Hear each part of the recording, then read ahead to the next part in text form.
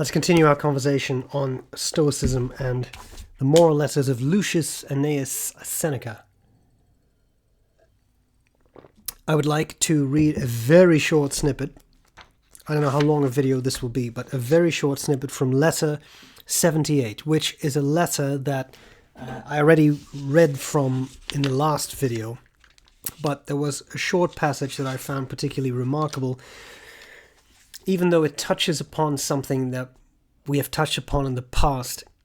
This is such an important concept in Stoicism that I think it's worth reminding ourselves of once in a while. So I hope it's not too repetitive, but I really think this is an incredibly powerful statement. There are two things, then, that one ought to cut back: fear of future troubles and memory of those that are past. One concerns me no longer, the other not yet. When a person is in the midst of difficulties, let him say, perhaps this too will someday bring us pleasure in memory. Let him contend against them with all his might. If he yields, he will be beaten. If he exerts himself against his pain, he will defeat it. As it is, most people pull the building down on top of themselves when they ought to be holding it up. When something is leaning against you, hanging over you, crushing you with its weight, and you begin to back away from it, it topples toward you and lands all the more heavily on your head. But if you stand firm, you will be able to push it back. The very interesting, I think, thought in this is what he starts out with. Two things to cut back: fear of future troubles and memory of those that are past. I am generalizing here, but I largely think this statement holds. And this is very Instagram worthy, and you see this on social media all the time, but I think this is one of the occasions where there's actually truth to that sort of statement. Anxiety comes from placing yourself mentally too far in the future. And depression comes from placing yourself mentally too far in the past. Now, there are neuroscientific bases to depression and anxiety. So I'm not saying if you have a clinical depression, just stop thinking of the past and you'll be fine, because that is not how it works.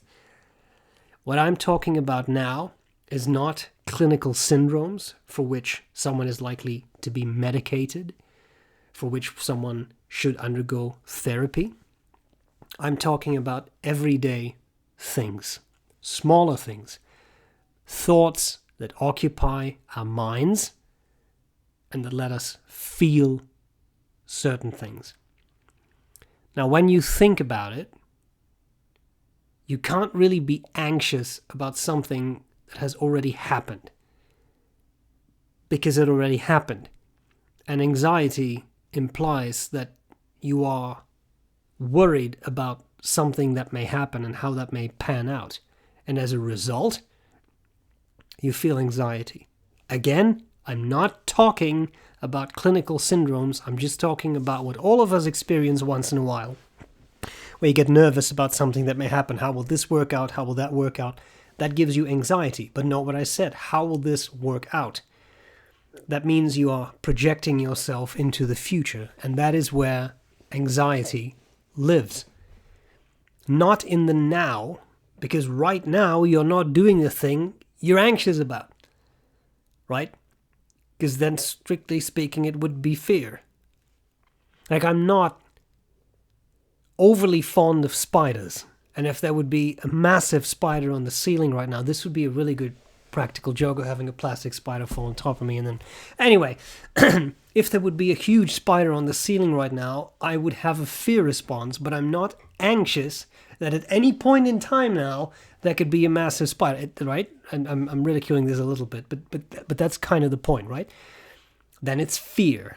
Anxiety is for something in the past, and fear is for something right now. And a lot of things that we are actually afraid of are good things to be afraid of.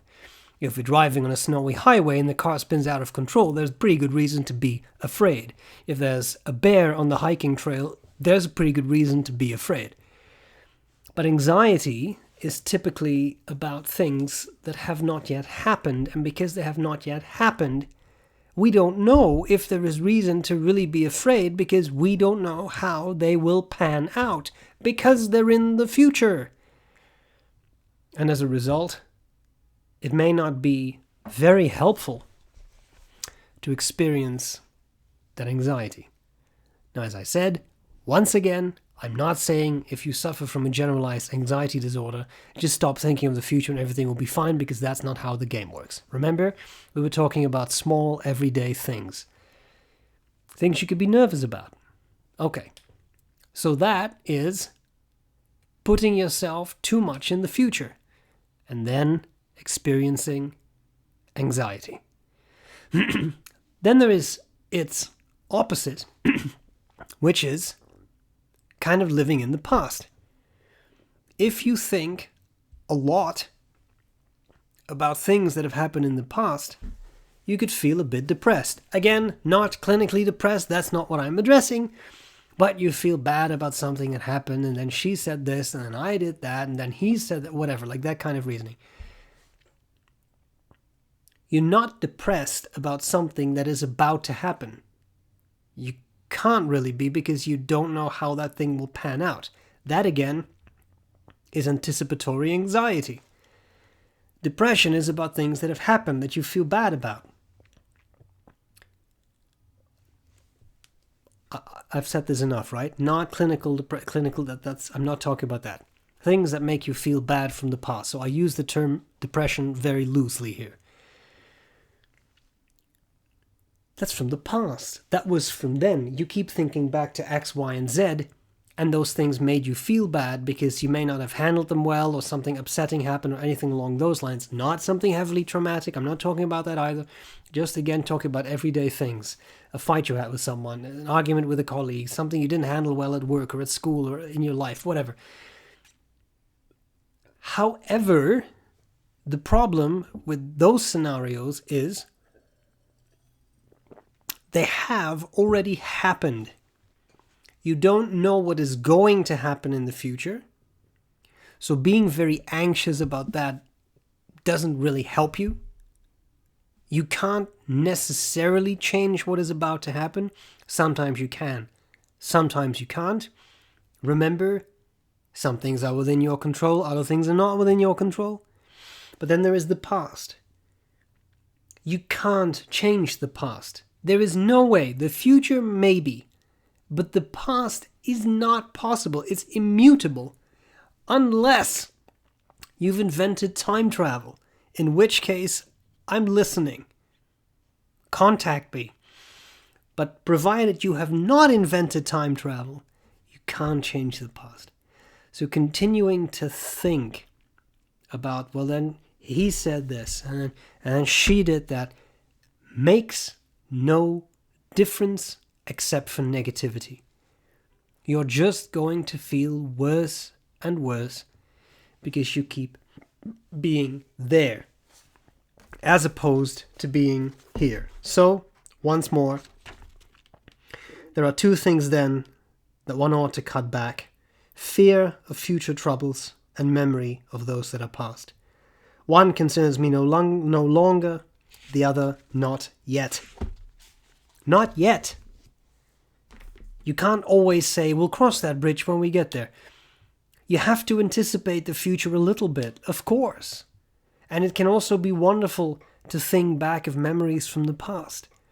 But you can't live in the past, and nor should you try to live in the future. You don't know what the future holds. So stay here, now. Keep your thoughts where your feet are. Right here, right now.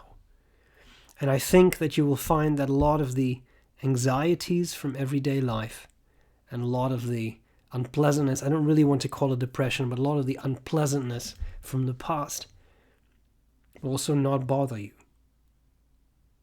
Not so much as it used to. So, to quote Fatboy Slim, right here, right now.